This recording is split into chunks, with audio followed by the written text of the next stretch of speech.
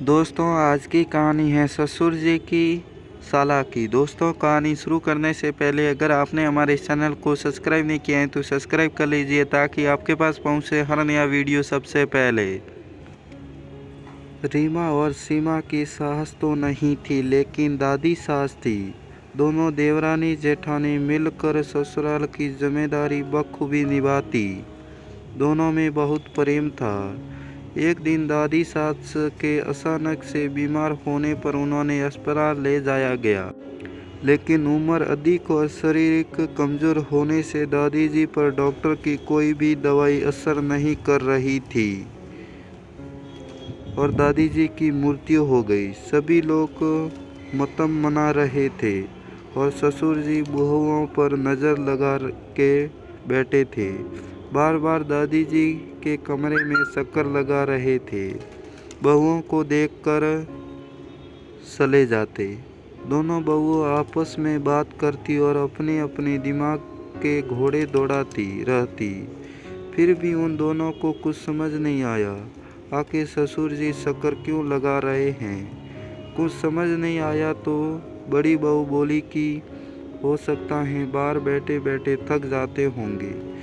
पापा जी ससुर जी इसीलिए थोड़ा इधर उधर घूमते रहते हैं। छोटी ने भी कहा शायद यही कारण हो सकता है पापा जी के चक्कर काटने का। इन सभी बातों को बीच दादाजी की 12वीं की रस्म भी हो गई। सभी बहन बेटियां अपने अपने घर जा चुकी थी।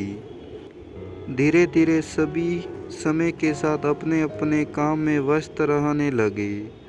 दादाजी का कमरा अभी भी वैसा ही था जैसा उनके सामने हुआ करता था।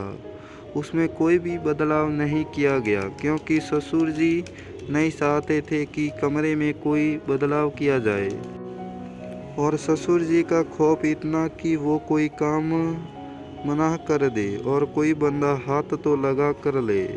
फिर एक दिन अचानक से ससुर जी बहुओं से बोले कि अम्मा का कमरा इतने दिनों से ऐसे ही पड़ा हुआ है, उसको साफ सुथरा करो।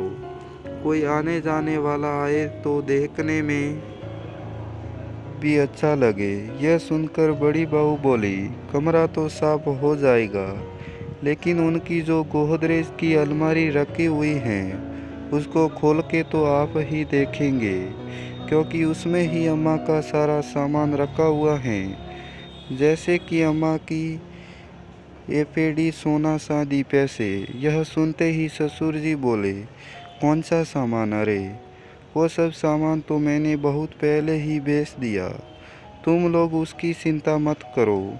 वैसे भी वो सामान कोई काम का नहीं था। बहुओं को अब ससुर जी की सारी बात समझते देर नहीं लगी कि दादी जी के कमरे में उनके चक्कर भी इसीलिए ही कट रहे थे कि बहुओं को सामान बेचे जाने का पता न लग जाए।